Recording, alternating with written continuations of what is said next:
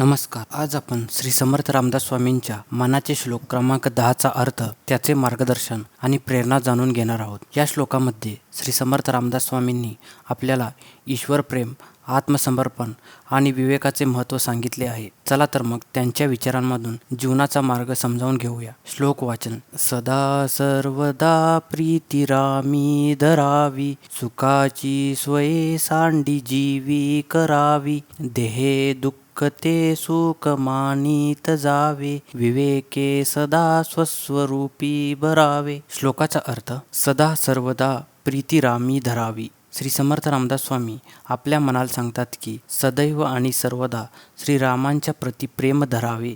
ईश्वर प्रेम म्हणजेच भगवंतांच्या प्रती अपार प्रेम आणि श्रद्धा. हे प्रेम आपल्या जीवनात शांती, आनंद आणि समाधान आणते. ईश्वराच्या प्रती आपली प्रीती ठेवल्यास आपले जीवन सुंदर आणि अर्थपूर्ण बनते.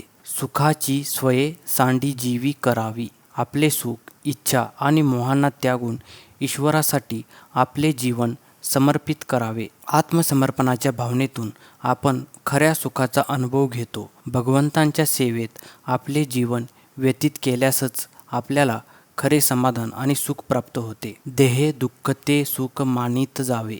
शरीराने होणारे दुःखही आपण सुख मानून स्वीकारावे. जीवनात अनेक वेळा आपल्याला शारीरिक दुःख आणि कष्ट सहन करावे लागतात, परंतु या दुःखांना सकारात्मकतेने स्वीकारल्यास आपले मन आणि आत्मा मजबूत होतात. या दुःखांना सुख मानून स्वीकारल्याने आपण जीवनाच्या प्रत्येक परीक्षेला धैर्याने सामोरे जाऊ शकतो. विवेके सदा स्वस्वरूपी भरावे. विवेक बुद्धीने सदैव आपल्या वास्तविक स्वरूपात भरावे. याचा अर्थ असा की आपण नेहमी विवेकपूर्ण विचारांनी आपल्या मनाचा आणि आत्म्याचा विकास करावा.